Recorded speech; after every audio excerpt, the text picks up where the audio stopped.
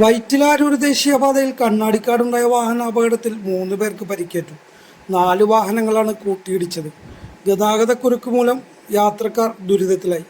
ഒരു കാർ പൂർണ്ണമായും തകർന്നു. 2 കാറും 2 ഗുഡ്സ് വാഹനവുമാണ് അപകടത്തിൽപ്പെട്ടത്.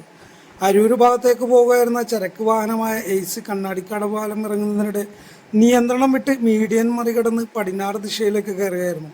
ഈ ദിശയിലൂടെ കടന്നു വന്ന 3 വാഹനങ്ങൾ ഇടിച്ചു തകർത്തു. ഇന്ന് രാവിലെ 8:30യോടെയായിരുന്നു അപകടം. തകർന്ന സെലേറിയോ കാറിലുണ്ടായിരുന്നവർക്കും ബലനോ കാറിലെ ഡ്രൈവർക്കും പരിക്കേറ്റതെന്നാണ് ലഭ്യമായ വിവരം. അപകടത്തെ തുടർന്ന് 2 മണിക്കൂറിലധികം ദേശീയപാതയിൽ ഗതാഗതക്കുരുക്ക് രൂക്ഷമായി. മരട് പോലീസും ട്രാഫിക്കും ചേർന്ന് ഗതാഗതം നിയന്ത്രിച്ചു.